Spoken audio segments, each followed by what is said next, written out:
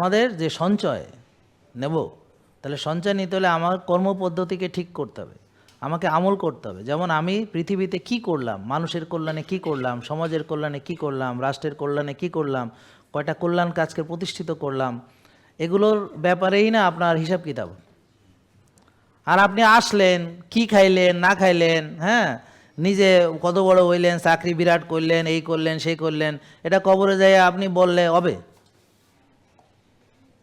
ফেরেশতারা কি এগুলো জিজ্ঞেস করবে? তোমার কয়টা গাড়ি ছিল, কয়টা বাড়ি ছিল, তুমি মাসে কয় টাকা কামাইতা, হ্যাঁ, তোমারে কয়টা লোক লাইক কমেন্ট করতো, কয়টা লোক শেয়ার দিত, বুঝলেন নাই? তুমি কত বড় সেলিব্রিটি ছিলা, তোমার কয় লাখ ফলোয়ার ছিল, এ দিয়ে কি হিসাব হবে নাকি? না না, এটা হবে যদি আপনি ভালো কাজ ছড়ান, যে হ্যাঁ তোমাকে ফলো করে বহু লোক নামাজ ধরেছে, বহু লোক রোজা রেখেছে, বহু লোক সুস্থ হয়ে ইবাদতের যোগ্য হয়েছে, সিজদা দিয়ে নামাজ পড়তে, সেটা কাউন্টে আসবে। সেটা হলো আপনি মরে যাওয়ার পরও যদি সিলসিলা চলতে থাকে, সেটা কাউন্টে আসবে।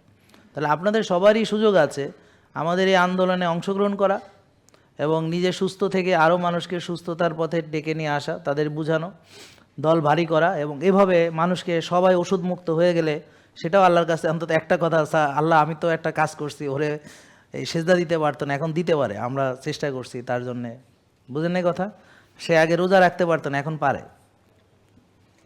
সে আগে এতগুলো ওষুধ খাইতো, এখন সে এতগুলো ওষুধ থেকে বাঁচছে। তাহলে একটা লোকের জীবন রক্ষা করা মানে সারা পৃথিবীর মানুষের জীবন রক্ষা করার সমান সওয়াব। একটা মানুষকে হত্যা করা মানে সারা পৃথিবীর লোককে হত্যা করার সমান গুনাহ। এই বুঝেন এগুলা? তাইলে যেমন কাবিল, সে তার ভাইকে হত্যা করেছিল।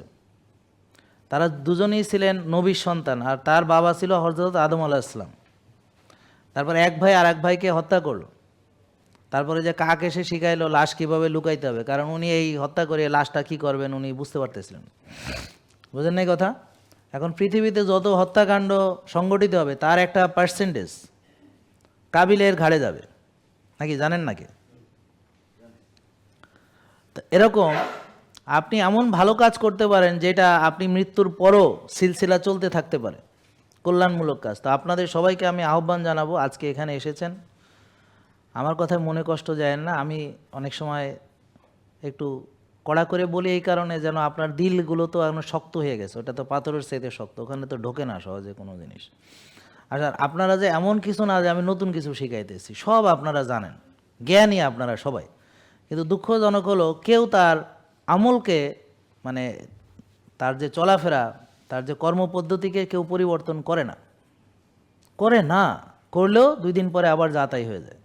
এটাই আমাদের এতদিনের অভিজ্ঞতা, যে অনেকে ভালো হইয়া ছেড়ে দেয়, কয়দিন মানে, কয়দিন পর ছেড়ে দেয়, তারপর উসিলা দেয়, এই কারণে পারি নাই, সেই কারণে পারি নাই, অমুক কারণে পারি নাই, তমুক কারণে পারি নাই, নানান রকম সে এক্সকিউজ দেয়, যে আমার এই সমস্যা, আমার ওই সমস্যা, আমার তেই সমস্যা।